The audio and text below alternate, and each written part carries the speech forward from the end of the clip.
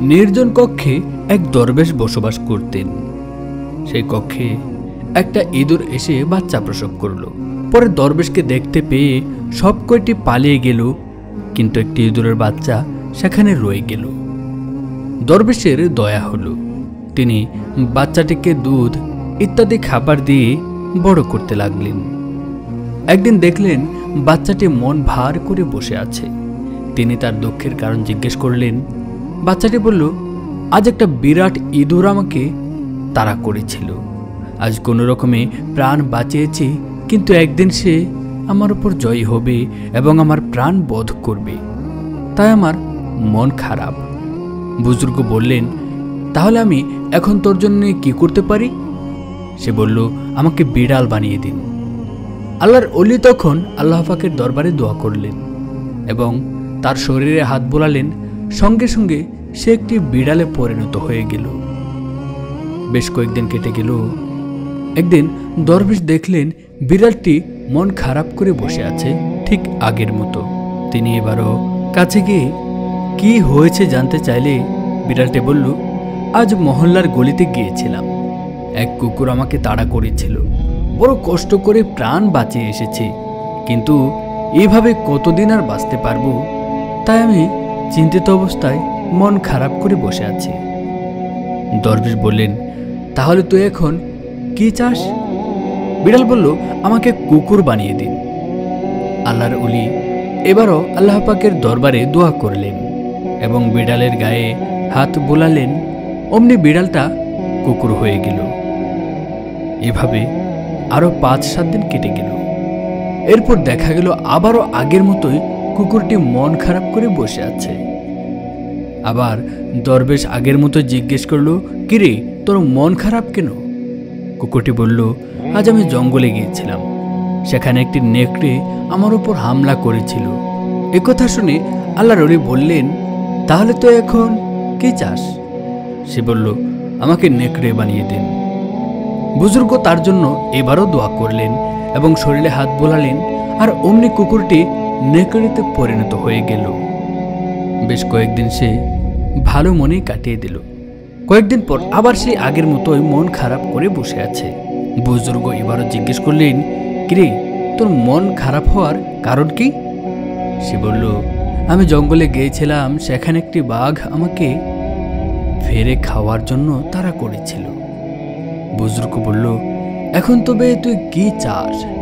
সে বলল, আমাকে বাঘ বানিয়ে দিন। এই কথা শুনে দরবেশ প্রতিবারের মতোই দোয়া করে তার গায়ে হাত বোলালেন। অমনি সে বাঘ হয়ে গেল।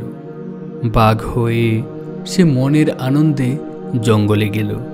জঙ্গলে যেতেই আগের সেই বাঘটি তাকে দেখে বলে উঠল, আরে বহুরূপী, তুই রূপ বদলেছিস বটে, কিন্তু তোর মধ্যে আর আমার মধ্যে এখনো পার্থক্য রয়েছে। তুই হলি মানুষের তৈরি বাঘ, আর আমি হলাম আল্লাহ তাআলার তৈরি বাঘ। দরবেশের তাসাররুফের মাধ্যমে তৈরি বাঘ তুই, আর আমি আসল বাঘ, আমার শক্তি বেশি। একথা শুনে বাঘ থর থর করে কাঁপতে লাগলো আর বলল, তাহলে আমার প্রাণে বাঁচার কোনো কি পথ নেই? বাঘটি বলল, একটি মাত্র পথ আছে। তুই আগে খতম করে আয় যে খোদার ওপর খুদকারি করেছেন। তোকে ইঁদুর থেকে বাঘ যে বানিয়েছে, আল্লাহর সৃষ্টির মধ্যে যে হস্তক্ষেপ করেছে, তুই তাকে গিয়ে খতম কর, তাহলে আমি তোকে ছাড়ব। সে চলল। জঙ্গল থেকে দরবেশের কামরা এসে উপস্থিত হল। বুজুর্গ দেখলেন সে নখ বড় করে থাবা প্রস্তুত করে সামনে এসে দাঁড়িয়েছে। তিনি বললেন, আজ তোর এই অবস্থা কেন? বাঘটি বলল, আজ আমি তোমাকে খাবো। আল্লাহর ওলি বললেন, আমার আগের সকল দয়া এবং উপকারের কথা কি তুই ভুলে গেছিস? বাঘটি বলল, ধ্যাৎ, তোর উপকার, এখন আমার জান যায়, উপকারের কথা ভেবে জান হারাতে পারি না। সেই বাঘের সঙ্গে আবার দেখা হয়েছে, সে হলো আসল বাঘ, আর আমি যে ইঁদুর থেকে বাঘের রূপ ধরেছি তা সে জানতে পেরেছে। আমাকে বলেছে আল্লাহর সৃষ্টিতে যে হস্তক্ষেপ করেছে তাকে হত্যা করতে হবে, না হলে সে আমাকেই হত্যা করে দেবে। বাঘের মুখে এই কথা শুনে বুজুর্গ বললেন, ও আচ্ছা, এই কথা, ঠিক আছে, তুই বস, আমি তোর জান রক্ষা হওয়ার ব্যবস্থা করছি। তখন বাঘ আগের মতোই শান্ত হয়ে বসে গেল, কারণ সে জানে এই আল্লাহর যেই দোয়া করে সেটাই কবুল হয়ে যায়। বুজুর্গ এবার সুযোগ পেয়ে দোয়া করলেন এবং তার গায়ে হাত বোলালেন। অমনি বাঘ আবার সে আগের মতো ইঁদুর হয়ে গেল। সকল বিশৃঙ্খলা দূর হয়ে আবার শান্তি ফিরে আসলো। এই ঘটনা থেকে আমরা শিক্ষা লাভ করতে পারি, সব বিষয় নিয়েই মাথা ঘামানো ঠিক নয়, কারণ সব কিছু মানুষের হাতে থাকে না। সব কিছুর মালিক একমাত্র আল্লাহ রাব্বুল আলামিন। তাই বান্দার ভালো কিসে আর মন্দ কিসে তিনি সেটা ভালোভাবেই জানেন।